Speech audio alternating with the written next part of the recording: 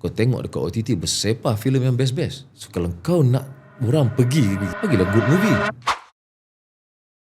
Adakah OTT ni mengganggu perkembangan industri seni kreatif di Malaysia? Sebab orang tidak lagi nak ke panggung wayang. Dia orang more access to Amazon Prime, Netflix and so on. Semua jenis filem ada kat situ kan. Sepatutnya tak ganggu lah. Tapi filem has to be filem lah. Kena upgrade lah. Filem sinema, dia tak datang dengan filem saja. Sinema datang secara budaya, culture. Budaya menonton di skrin besar. Kalau filem saja dekat TV, boleh lah kat rumah. Tapi pasal dia datang bersama budaya, jom pergi tengok filem ramai-ramai, couple, boyfriend, girlfriend, jom. Ataupun satu cerita yang best, jom bawa family, tengok ramai-ramai, dia culture. Jom makan sambil tengok, sambil popcorn. So jangan takut, filem ni dia tetap ada eksklusif dia. Nonton satu benda yang besar di sinema, dia susah nak gagal lah, pasal orang akan tetap pergi sinema. Kalau tak, sinema dah lama mati dah. Sebab OTT ni bukanlah baru sangat. Dia dah bermula lama juga. Collection tetap ada. Cuma yang terganggu adalah korang kena challenge. Kau tengok dekat OTT bersepah filem yang best-best. So kalau kau nak